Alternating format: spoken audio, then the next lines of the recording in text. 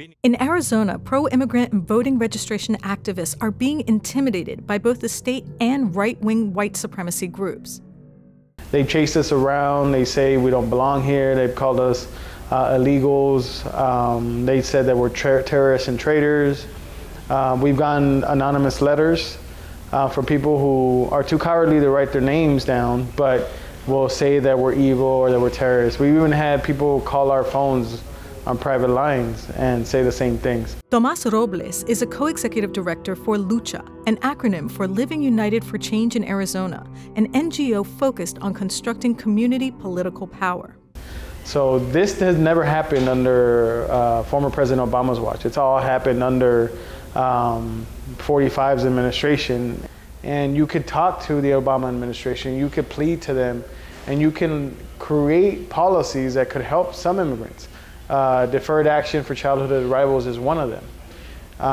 For Trump, you're seeing the opposite.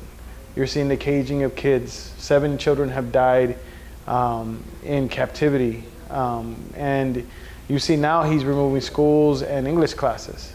But then he'll turn around and say immigrants won't learn English.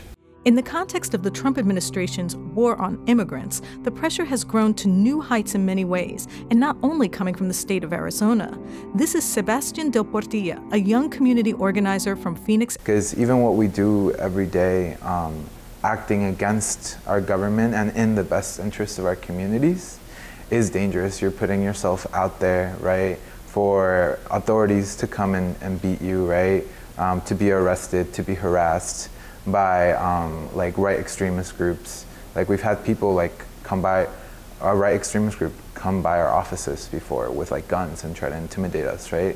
Arizona's sanctuary churches and Latino rights NGO volunteers, guests, and staff have been verbally assaulted by right-wing activists who many times were trespassing on private property armed with guns.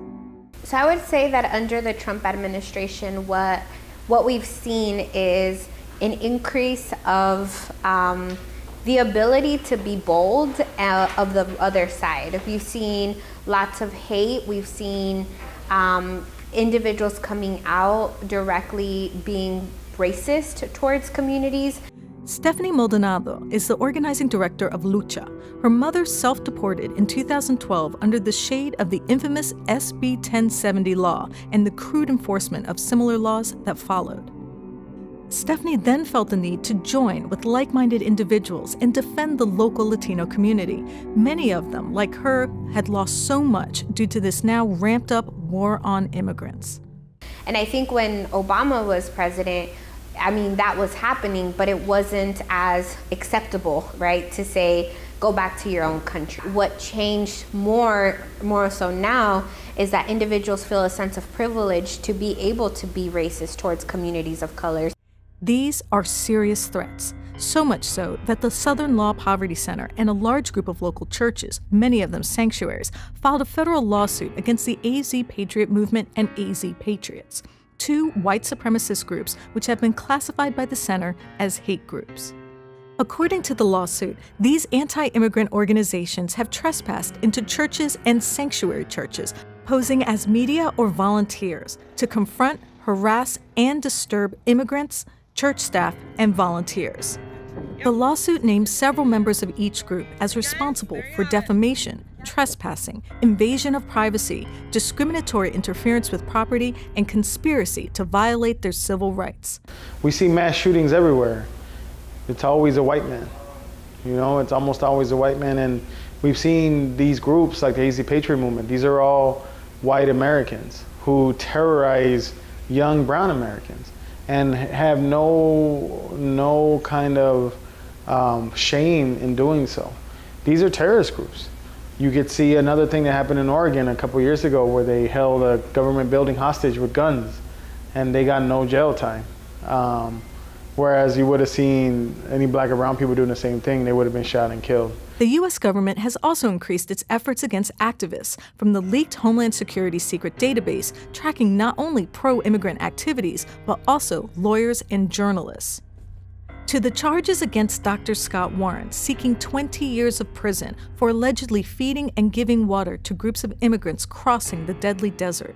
In Warren's trial, the jury was not able to reach a verdict, according to the Tucson Sentinel. It was declared a hung jury, and prosecution reserves the right to start over with a new trial.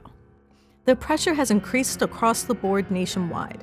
In Texas, Teresa Todd, a county attorney for Jeff Davis County, who saved the life of 3 siblings in extreme distress, was charged with harboring illegal aliens. And like Dr. Warren, she also faces 20 years in prison.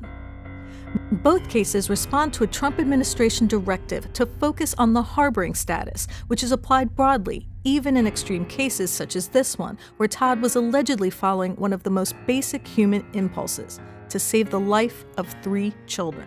What's happening with Scott Warren, him facing 20 years, and the fact that there's, like militia groups out there intimidating and doing God knows what to immigrants in the desert, sends a clear message that our government clearly does not prioritize people of color and immigrants in our communities, right?